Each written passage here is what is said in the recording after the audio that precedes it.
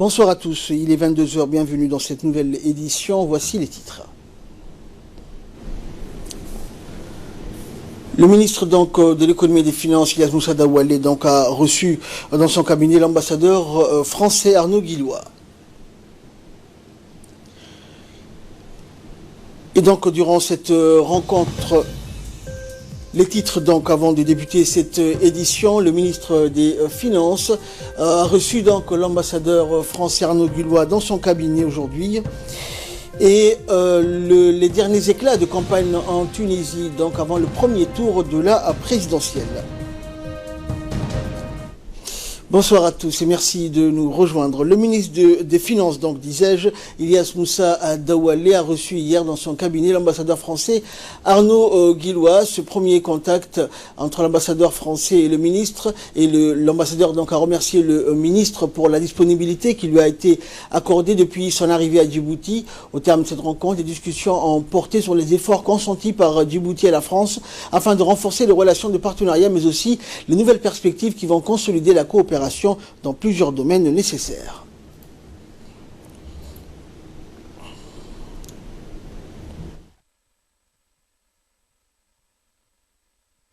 Également dans la journée d'hier, le ministre du Budget, Abdelkarim Adencher, a reçu en audience les potentiels investisseurs américains composés notamment de Dirane ACT et Dean Devolis de la société Francolin Development. Francolin Development, qui est une firme qui fournit des services d'architecture spécialisés dans la construction de logements abordables tout en jouant un rôle actif dans le développement communautaire. Les investisseurs ont présenté des modèles d'architecture durable à travers différentes pratiques qui ont pour objectif de réduire l'impact négatif d'un bâtiment sur son environnement et de prendre soin de la qualité de vie de ses habitants et des communautés, tout cela en symbiose avec les normes environnementales.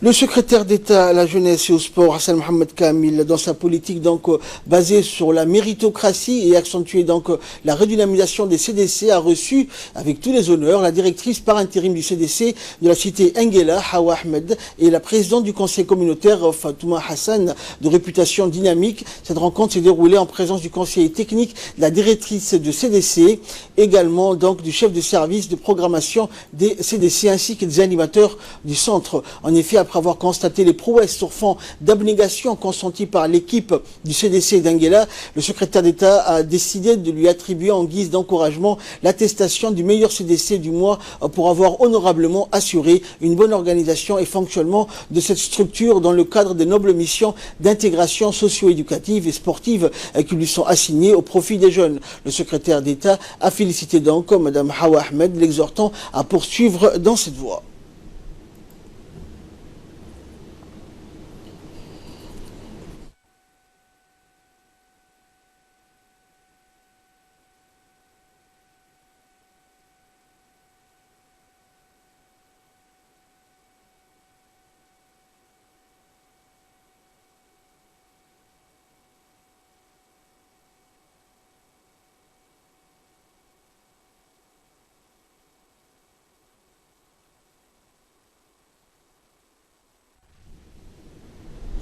Sport à présent, une marée humaine s'est massée à l'aéroport de la capitale pour acclamer les joueurs de l'équipe nationale de football de retour d'Eswatini, les joueurs de Julien Met qui vont poursuivre la deuxième phase de la qualification pour la Coupe du Monde de Qatar 2022 du continent africain ont quitté hier après-midi l'Eswatini, un retour attendu par tout un peuple après leur qualification en seconde phase de la qualification du Mondial 2022 pour la première fois de l'histoire du football djiboutien.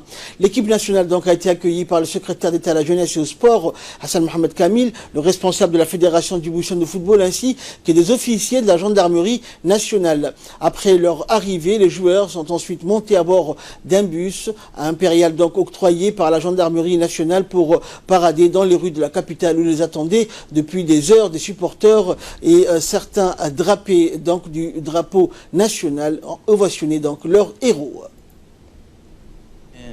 Bien encadré, qui joue en Europe où nous devons bien nous préparer. Ça c'est quelque chose même que je voulais demander même à nos supérieurs. ça sera une grande compétition. Il faut que nous soyons bien préparés, bien pour que on fait encore une autre. Ouais. C'est possible. Moi, je crois toujours à ça.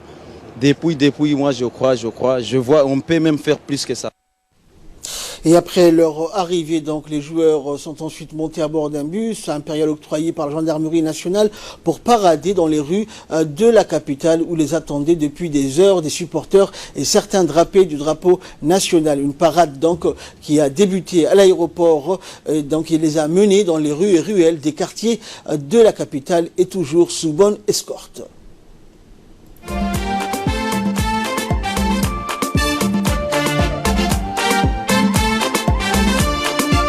ومالنتي مقعد الكنو مريرو هلاعو وبدي عتننا ميسال صارو وقطو يفتيته FDF مقعد هجيرو FDF مقعد هجيرو لما صون دوني دي كردح مضيايري يا يري كدح موغدا يا يري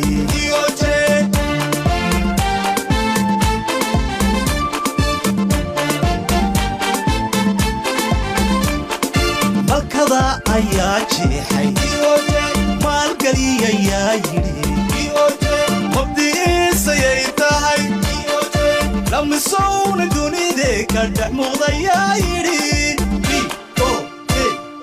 يا يري كدح موغدا يا يري يا يري كدح موغدا يا يري يا يري كدح موغدا يا يري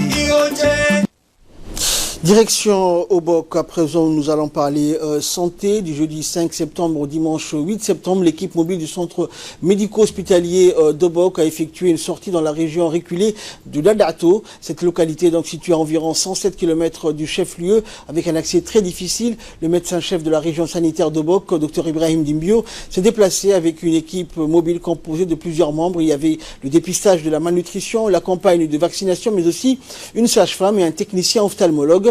La population de cette localité très éloignée qui n'a pas accès aux consultations d'un médecin ont apprécié à sa juste valeur le déplacement de l'équipe du docteur Dimbio qui est une première, et le nutritionniste d'Alsa a mis l'accent pour sa part sur l'importance de l'alimentation des enfants de moins de 5 ans qui est la couche la plus vulnérable. Il a été réalisé donc plus de 350 consultations adultes, une vingtaine de femmes enceintes ont bénéficié également de la consultation prénatale et près d'une centaine d'enfants ont été dépistés pour la malnutrition et vaccinés par l'équipe. Les adultes ont eux aussi eu droit à la consultation ophtalmologique et au dépistage de la cataracte. Et pour la petite histoire, le docteur, donc médecin-chef du CMH de Bok, docteur Dimbio, et la sage-femme Serida Kassim ont réalisé un accouchement sur place pour une femme qui attendait une évacuation. La population a tenu donc à remercier le ministre de la Santé pour ses actions de santé de proximité entreprises à travers les sorties des équipes mobiles qui répondent donc aux politiques de la politique du président de la République Ismaël Omar Aguelé. Et dans son intervention, le docteur Dimbio, médecin-chef du CMH d'Obok, a indiqué que l'équipe d'Obok a profité de cette occasion pour sensibiliser la population sur plusieurs thématiques telles que la lutte contre les maladies maternelles et infantiles, sans oublier les mesures d'hygiène et la distribution de moustiquaires imprégnés d'insecticides. On l'écoute. On a fait une équipe composée de plusieurs spécialités. Il y avait l'ophtalmologie, il y avait la nutrition, il y avait la sage-femme. Dans la maternité, il y avait aussi la vaccination, la consultation médecine générale, la consultation pour les enfants. Donc, on a fait en gros tout ce qui est les paquets minimum. Le mieux, c'est qu'on puisse faire des sorties équipes mobiles avec des équipes multidisciplinaires une fois par mois au moins. Donc, désormais, on va les faire. Donc, l'équipe aussi était composée. Il y avait aussi la préfecture qui s'est déplacée avec nous. Il y avait les gendarmes, il y avait les militaires. Il y avait beaucoup de gens avec nous. On a été bien accueillis. On a fait beaucoup de travail. Et alhamdoulilah, on compte refaire le même travail plusieurs fois. C'est-à-dire une fois par mois, au moins, on doit faire des équipes mobiles, des caravanes comme ça. Donc nous remercions les ministres de la Santé pour son appui. Nous remercions aussi le président de la République pour la politique des proximités qu'il a eu à mettre en place. Donc nous remercions tout le monde. Et dans le dossier de cette édition, nous allons vous parler de l'artisanat et de son impact sur les femmes djiboutiennes. Cette forme d'art permet à ces femmes qui se lancent dans des activités génératrices de revenus de s'initier à de nouvelles techniques en matière d'artisanat et de création, de commerce, de marketing, d'art et d'organisation d'expositions. Regardez, c'est un document de la rédaction sur un commentaire de Mohamed Gass. À Djibouti, la créativité des produits artisanaux est plus que jamais à l'ordre du jour. Les femmes vivent de la vente des magnifiques objets artisanaux et d'autres formes d'art dans la capitale comme dans les régions. S'initier à de nouvelles techniques en matière d'artisanat et de création, de commerce, de marketing, d'art et d'organisation d'expositions leur permet de produire des œuvres qui se vendent mieux dans notre pays comme à l'étranger. L'émir de la BCI, l'Office des tourismes et aussi également l'Agence de l'Association des femmes des Tadjoura, par exemple, sont tournés d'objets artisanaux locaux très colorés qui aident ces femmes à devenir financièrement indépendantes, mais aussi également offrent d'excellentes illustrations d'un engouement qui semble renaître. Fatia Saad a dans son intervention souligné que l'artisanat, un métier des passions, porteur d'essence et des valeurs, goût du travail bien fait, créativité, transmission des savoir-faire et innovation, et aussi générateur des liens sociaux à travers une proximité largement reconnue. Dans les centres-villes, par exemple, nous avons l'AFT, l'Association des femmes des Tadjoura, qui a pour objectif de promouvoir l'artisanat des femmes des Tadjoura, de partager leur savoir-faire et expertise entre les artistes et artisans et avec les grands publics. Un gain de pain pour certaines femmes, une vocation pour d'autres. L'artisanat joue, entre autres, un rôle notable dans le maintien d'une économie de proximité et un moyen de contribuer à l'autonomisation des femmes en leur permettant de gagner un revenu qui aide leur famille. Il s'agit à travers leurs savoir-faire ancestraux qui se renouvellent de s'adapter à la modification de l'environnement et de la société. L'idée de la création de cette association est donc de faire revivre cette forme d'art djiboutien en combinant des pratiques traditionnelles, un style et des techniques contemporains qui aidera à créer un marché viable capable de s'inscrire dans la durée, nous explique Mme Fatouma dans son brève intervention.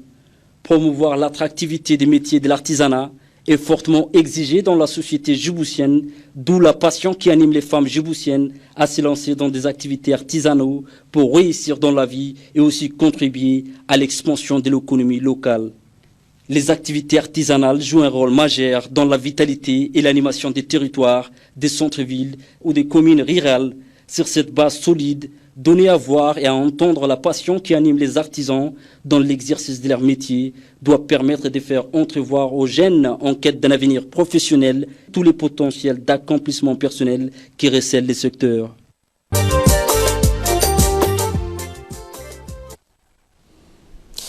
Et de là, nous passons à l'actualité internationale présidentielle en Tunisie. Dernier jour de campagne, donc les dernières heures de la campagne électorale avant la présidentielle. Le premier tour aura lieu ce dimanche et le suspense est entier tant aucun candidat ne fait l'unanimité. Ils sont 26 à se présenter, dont l'un est actuellement en prison. C'est l'homme d'affaires Nabil Karoui, poursuivi pour blanchiment d'argent et placé en détention provisoire depuis 3 semaines. Un membre de son comité de soutien affirme qu'il a débuté une grève de la faim et son avocat indique que la Cour de cassation pourrait se prononcer aujourd'hui donc sur son cas. La campagne a été marquée notamment par 3 débats télévisés entre les candidats. C'est inédit donc dans ce pays et cela a été largement suivi, signe de l'intérêt de la population pour cette élection. C'est la deuxième élection présidentielle depuis la révolution de Jasmin en 2011. Le scrutin était initialement prévu en octobre, mais il a été donc avancé en raison de la mort du président Bekir Kaïd Essebsi en juillet dernier.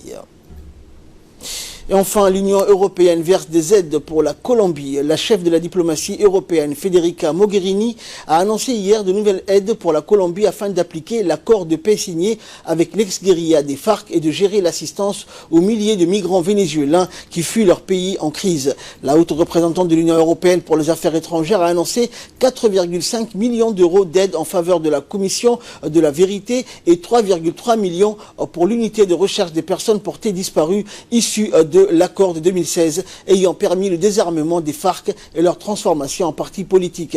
À ce jour, l'Union européenne a versé 645 millions d'euros à la Colombie en faveur de la paix, dont un prêt de la BEI, la Banque européenne d'investissement.